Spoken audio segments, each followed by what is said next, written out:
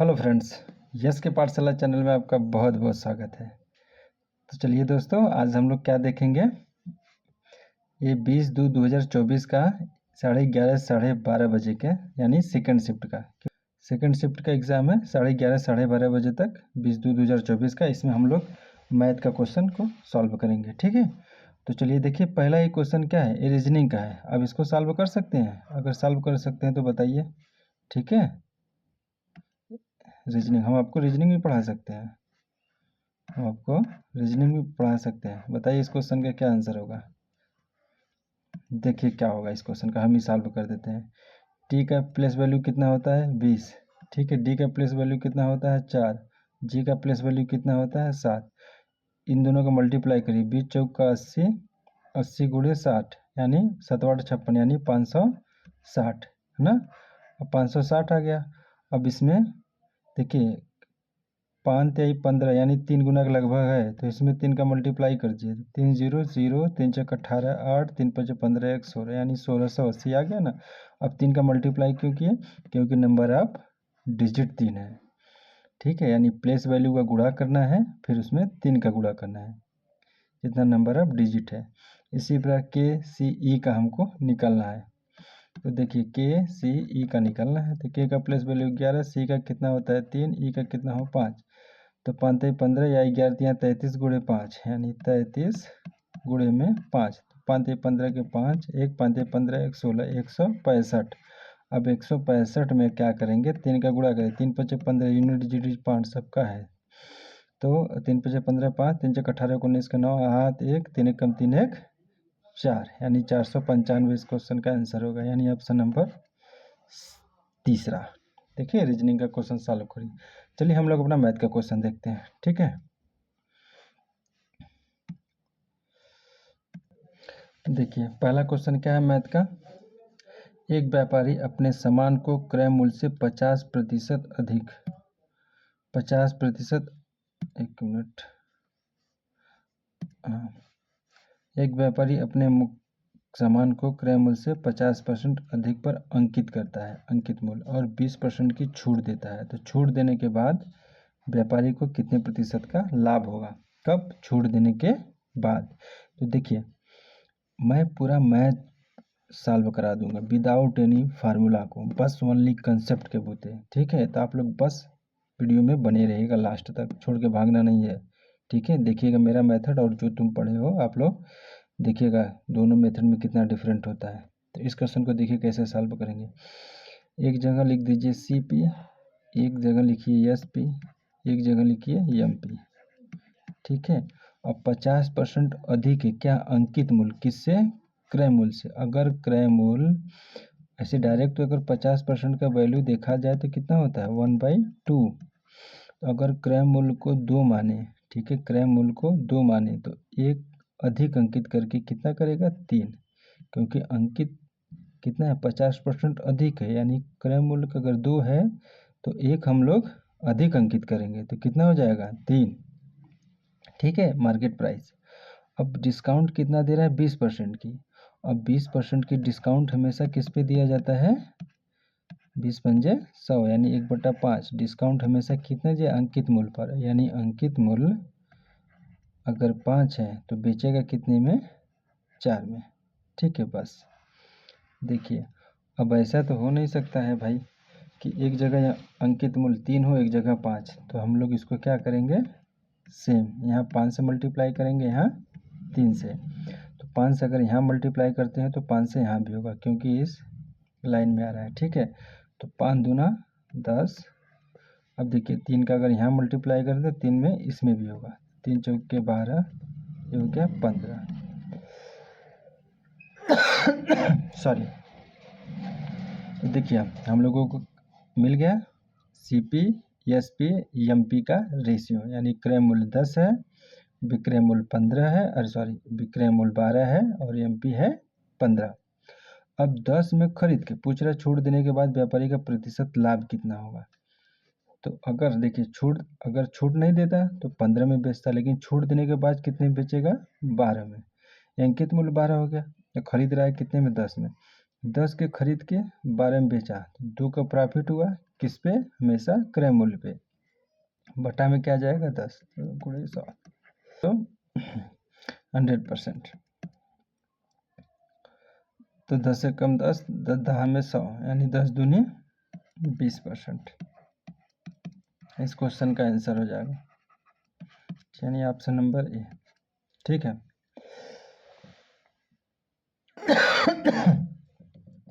पता नहीं क्या हो गया यार, खांसी आने लगी। ठीक है, चलिए अब आइए अपना सेकंड क्वेश्चन देखते हैं। पहला क्वेश्चन समझ में आया? नहीं समझ में आया तो फिर बैक करके देख लीजिए। ठीक है, चलिए अगला क्वेश्चन चलते हैं।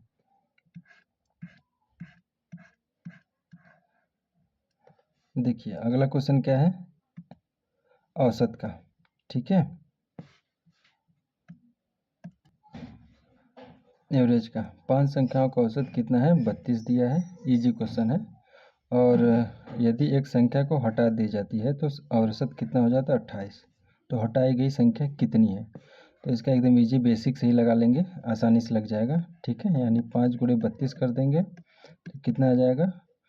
5 3 15 और 5 दूना 10 यानी 160। और आपका 4 संख्याओं का औसत कितना दिया है? 28 दे दिया। एक संख्या हटा दी तो संख्या बचा कितना? 4। तो 4 का हो जाएगा 28। तो इसको कर देंगे 20 चौक का 80, 4 बटा 32 की 2 और 4 दूनी 8 3 11 यानी 112। अब इसी में से 60 में से 112 घटा देंगे तो आ जाएगा 48। ठीक है, इस क्वेश्चन का आंसर ऑप्शन नंबर 1। ठीक है, आइए अगला क्वेश्चन देखते हैं। ये मैंने पीडीएफ से ही उठाया हूँ क्वेश्चन, पूरा पीडीएफ से ही। ठीक है, देखिए इसका क्या है? 32 से पहले की सभी अभाज्य संख्याओं का औसत कितना होगा? आप लोग बताइए, एक अभाज्य संख्या है कि नहीं है? एक अभाज्य संख्या नहीं है। अभाज्य संख्या वो होती है जिनके कम से कम 2 फैक्टर हो। इसका एक ही फैक्टर है। देखिए 2 है, एक है, एक 2 है, इसके 2 फैक्टर हैं। ठीक है, यानी प्राइम नंबर का जो डिफिनेशन होता है वो क्या होता है? एक से कटे और इट सेल्फ से कटे, उसी को कहते हैं अभाज्य संख्या। ठीक है, तो 32 से पहले सभी अभाज्य संख्याओं कौन कौन सी हैं उसी को जोड़ के अब बस और जितनी संख्या बनेंगी अब उससे क्या करेंगे? डिवाइड कर देंगे। तो देखिए क्या हो जाएगा आपका? 2 प्लस 3 प्लस 5 प्लस 7, सभी असार संख्या लिख रहे हैं। 7 प्लस 9 नहीं होगा, 11 हो जाएगा, 13 हो जाएगा। ठीक है, 17 हो जाएगा, प्लस में 19 हो जाएगा, प्लस में 23 हो जाएगा, प्लस में 27 नहीं 28 29 हो जाएगा, फिर 31 हो जाएगा। ठीक है, 23 29 31। ठीक, कितनी संख्या हो गई? 1 2 3 4 5 6 7 8 9 10 11 संख्या है। ठीक है, अब इसको सम करिए। इसका सम टोटल आएगा कितना? 160। ठीक है, 160 बटा में 11 यानी 11 कम 11, 11 चौक 44 यानी 54। यानी ऑप्शन नंबर ए क्वेश्चन का सही जवाब होगा। ठीक है, सभी से अब प्राइम नंबर को जोड़ लेंगे। जोड़ने के बाद क्या हो जाएगा? उसमें एवरेज निकालना है। तो बस टोटल संख्या 11 हो जाएगी, तो 11 से इसको डिवाइड कर देना है और कुछ नहीं करना है इस क्वेश्चन में। अपना अगला क्वेश्चन देखते हैं, क्वेश्चन नंबर 4। देखिए 3 नोटबुक और 6 पेन का मूल्य कितना दिया है? इसका 3000। यानी 3 नोटबुक प्लस 6 पेन का मूल्य कितना दिया है? 3000। ठीक है, और उतने ही पैसों के एक व्यक्ति एक नोटबुक और 12 पेन खरीदता है। यानी उतने ही पैसों को क्या खरीदेगा? एक नोटबुक प्लस 12 पेन खरीदता है। कितने पैसों को? तो 3000 ही पैसों को। ठीक है, तो यदि राजू 15 पेन खरीदना चाहता है तो उसे कितना भुगतान करना होगा? 15 पेन खरीदना चाहता है। हम लोग क्या करेंगे? अगर पेन का वैल्यू निकालना है तो हमको इसको हटाना पड़ेगा। तो चलिए इसमें हम 3 का मल्टीप्लाई कर देते हैं। 3 का मल्टीप्लाई करके इसको हटा देंगे, ठीक है। तो देखिए हो जाएगा क्या, पहले ऊपर वाला लिखते हैं 3 नोटबुक प्लस 6 पेन बराबर 3000। अब इसमें जब मल्टीप्लाई करेंगे इसका तो 3 नोटबुक प्लस 12 36 पेन और यहाँ हो जाएगा 9000 रुपया। अब इसे क्या करेंगे हम लोग घटा देंगे, माइनस माइनस माइनस, ये कैंसिल हो जाएगा। अब 36 में से जब 6 घटेगा तो कितना आ जाएगा, 30 पेन। 30 पेन का मूल्य इसमें 6000, ठीक है। 30 पेन का मूल्य आ गया 6000। 0 0 कैंसिल हो जाएगा तो एक पेन का मूल्य कितना हो जाएगा, 200। हमको आ गया एक पेन का मूल्य 200। हमको पूछ क्या रहा है, 15 पेन, तो बस एक पेन का मूल्य तो 15 पेन खरीद रहा है तो 15 गुणे में 200, 15 दूना 30, सब 3000 आया, ठीक है। यानी ये आपका आंसर हो जाएगा क्वेश्चन नंबर 3, ठीक है। चलिए अब अगला क्वेश्चन देखते हैं। समझ में आ रहा है ना, ध्यान से बस देखते रहिए सॉल्व करने का तरीका।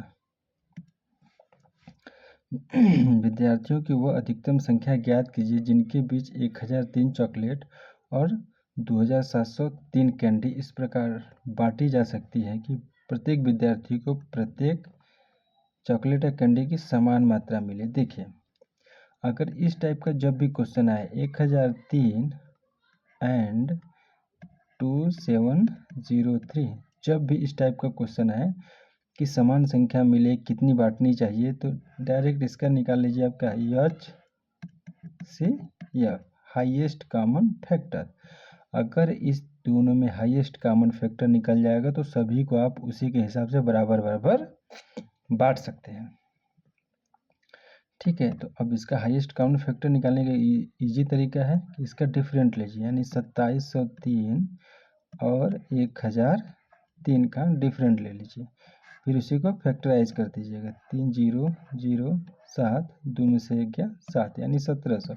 इसका फैक्टराइजेशन करेंगे तो 17 गुणे 100 करेंगे, ठीक है। अब देखिए इसमें से छोटी संख्या लीजिए जो दोनों को डिवाइड कर दे। देखिए 17 से ये भी डिवाइड है, 17 से ये भी डिवाइड है, तो इसका HCF कितना हो जाएगा, 17। यही इस क्वेश्चन का आंसर हो जाएगा, ठीक है। यानी हम अगर 17 संख्या देंगे चॉकलेट और कैंडी की, सभी को समान समान मात्रा मिल जाएगी। 17 से ये भी डिवाइड हो जाएगा, 17 से ये भी डिवाइड हो जाएगा। चलिए अगला क्वेश्चन देखते हैं, क्वेश्चन नंबर 6। आज की वीडियो में हम लोग 15 क्वेश्चन देखेंगे पार्ट 1 में, फिर उसके बाद हम लोग पार्ट 2 में देख लेंगे इसका, ठीक है।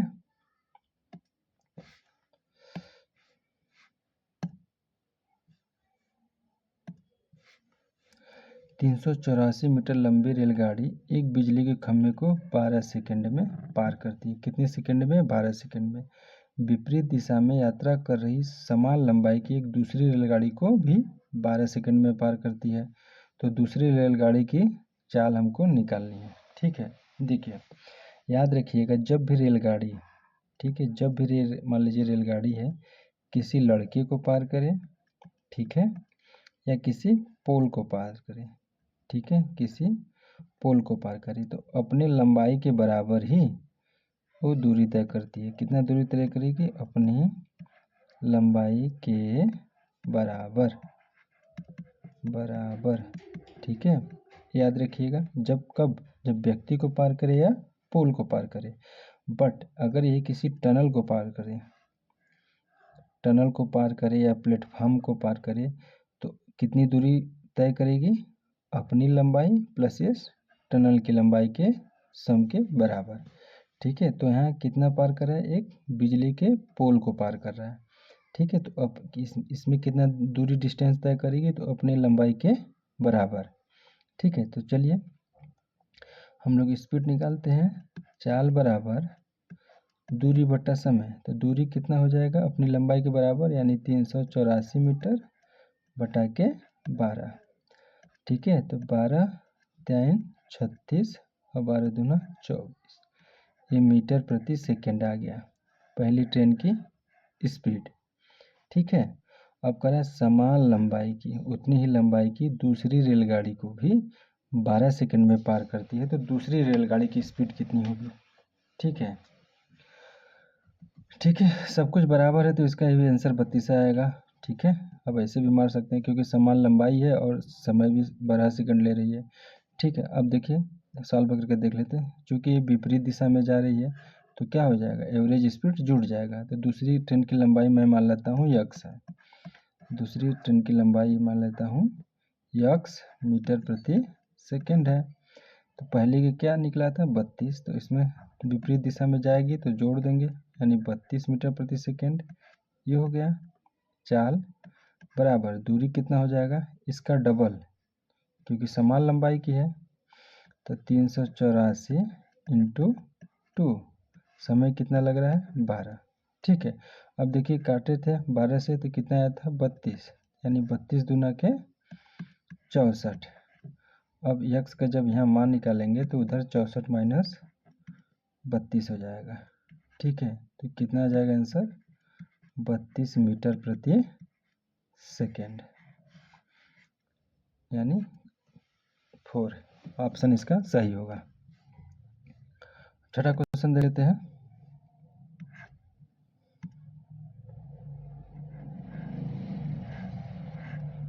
देखिए ये सब फार्मूला से बताते हैं क्वेश्चन में एकदम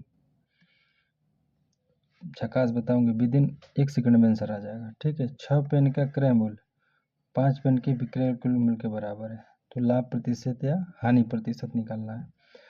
तो दिया क्या है 6 पेन का सीपी, सीपी मतलब क्रय मूल्य किसके बराबर है 5 पेन के एसपी के बराबर, एसपी मतलब विक्रय मूल्य के बराबर है। तो यहाँ से हम लोग क्या कर लेंगे सीपी अपान एसपी का रेशियो ले लेंगे तो कितना आ जाएगा 5/6। अब खरीद के 5 रुपया में 6 रुपया में बेच देंगे तो प्रॉफिट कितने का होगा 1 रुपया का प्रॉफिट होगा। किस पे होगा क्रय मूल्य पे। 1/5 क्या रेशियो बना, क्या परसेंटेज बनाएगा तो 20% का क्या होगा लाभ। अगर नहीं पता है तो यहाँ पर 100 का मल्टीप्लाई कर लीजिए तो 5 1 5, 5 20 100, तो आंसर आ गया कितना 20%। देखें कितना छोटा सा सवाल था, एकदम हलवा की तरह बताया मैंने। क्वेश्चन नंबर 8 देखते हैं। इस क्वेश्चन में मैं एकदम शॉर्ट ट्रिक भी बताऊंगा, विद इन 2 सेकंड में आंसर आ जाएगा। ठीक है, कितने 2 सेकंड में या मैक्सिमम 5 सेकंड में। और मैं एक बेसिक मेथड भी बताऊंगा सॉल्व करने के लिए। ठीक है, पहले बेसिक मेथड बता देता हूँ उसके बाद 5 सेकंड वाला बताऊंगा। ठीक है, तो क्या पूछा है बेलन का वक्र पृष्ठ। वक्र पृष्ठ क्या होता है बेलन का 2 पाई आर एच। ठीक है, तो 2 पाई का मान कितना होगा 22/7, आर का मान कितना हो गया 14, सॉरी आर का मान कितना हो गया 70 और एच का मान हो गया 14। तो 7 1 कम 7, 7 दहा में 70। ठीक है, अब देखिए 22 दूनी के 44 इंटू 140। ठीक है, देखिए यूनिट डिजिट कितना है 4 चौका 16, यूनिट डिजिट 6, यानी यही आएगा आपका आंसर। ठीक है, मल्टीप्लाई कर लीजिएगा आंसर आ जाएगा। अब आपको मैं बताता हूँ एकदम शॉर्ट ट्रिक वाला। देखिए इसमें क्या है, हर इस वॉल्यूम में आपको पाई का मान दिया रहेगा। पाई का मान कितना होगा 22/7। 22 में क्या आएगा 11 गुणे 2, यानी 11 का डिविजिबिलिटी अगर आपको पता है तो इसमें लगाइए, जो 11 से कट जाएगा वही आपका आंसर होगा। 11 का डिविजिबिलिटी रूल क्या कहता है कि इसका सम और ऑड नंबर पर जो अंक है उसका सम और इवन नंबर पर जो अंक है उसका सम, दोनों का अगर डिफरेंट लेंगे या तो 0 आए या तो वो 11 से कट जाए तो वही होगा 11 का डिविजिबिलिटी रूल। देखिए 6 6 12 और ये 1, यानी 12 हो गया और यहाँ पर जोड़ेंगे तो 1 हो जाएगा। इसका हमको क्या लेना है डिफरेंट, तो कितना आ गया 11, 11 से कट गया, यानी ऑप्शन नंबर ए इस क्वेश्चन का सही जवाब होगा। इसमें देखिए न तो 1 कटेगा, 5 3 8 हो गया, और इसको करेंगे तो 5 3 8 और 9, 9 में से 8 गया 1, आना क्या चाहिए 0 हो या 11 हो। अब देखिए इसको देखिए, 6 2 8 है, यहाँ 4 है, 6 5 11 है, यहाँ 3 है। ठीक है, तो न तो ये ऑप्शन होगा, न तो ये होगा, न तो ये होगा, ओनली ऑप्शन यही होगा। एकदम देखिए ना, एकदम 5 सेकंड में लाने का तरीका। चलिए हम लोग क्वेश्चन नंबर देखते हैं, कौन सा, 9 नंबर का क्वेश्चन नंबर 9 देखते हैं।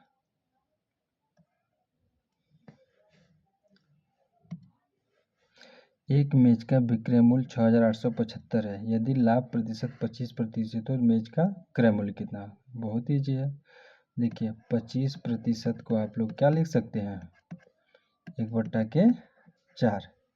अगर 4 को खरीद के 1 का लाभ लेके बेचे तो कितने बेचेंगे, 4 को खरीदे, सीपी हो गया 4, और बेचेंगे तो कितना हो जाएगा, एसपी आपको हो जाएगा 5। ठीक है, एसपी हो गया 5 विक्रय मूल्य। लेकिन बेच रहे हैं 5 में नहीं, बेच रहे हैं कितने, 6875 में। देखिए कितने गुना है, 5 एकम 5, ठीक है, 5 तिहाई 15, 5 सत्ते 35, 5 पचे 25, 1375 गुना। तो क्रय मूल्य भी आपका कितना हो जाएगा, 1375 गुना। 4 पंजे 20 के 0, 2, 4 सत्ते 28, 2 30, 0 3, 4 3 12 3 15, 4 एक कम 4 1 5। ठीक है, यानी कितना आ गया, 5500।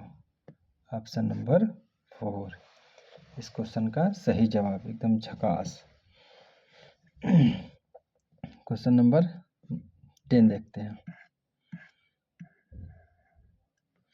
देखिए मैं 2 पार्ट में इसलिए ला रहा हूँ ना, क्योंकि वीडियो बहुत लंबा हो जाएगी। देखिए 23 मिनट चला गया। ठीक है, चलिए 10 क्वेश्चन ही देख लेते हैं, 10 क्वेश्चन देख लेते हैं, फिर अगले में 10 क्वेश्चन देख लेंगे, 20 क्वेश्चन हो जाएगा। ठीक है, किसी धनराशि पर 5 वर्षों के लिए साधारण ब्याज उस धनराशि का 2/5 है, वार्षिक ब्याज की दर निकालना है। देखिए कैसे निकलेगा इसका,